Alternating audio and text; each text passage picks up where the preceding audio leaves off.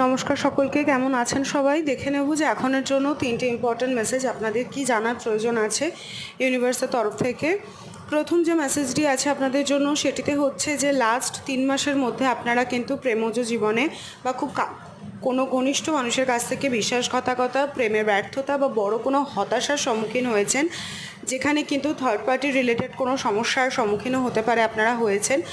তো ইউনিভার্স বলছে আগামী নভেম্বর মাসের মধ্যে কিন্তু আপনাদের সিচুয়েশন অনেকটাই ঠিক হয়ে যাবে। নিজেদেরকে একটু সময় দিন, পুরনো ব্যর্থতার জায়গায় ব্যালেন্স আসবে, সেই জায়গায় কিন্তু আপনারা একটা ভিক্টরি লাভ করতে পারবেন এবং নিজেদের কোনো অনুভূতিকে চেপে রাখবেন না।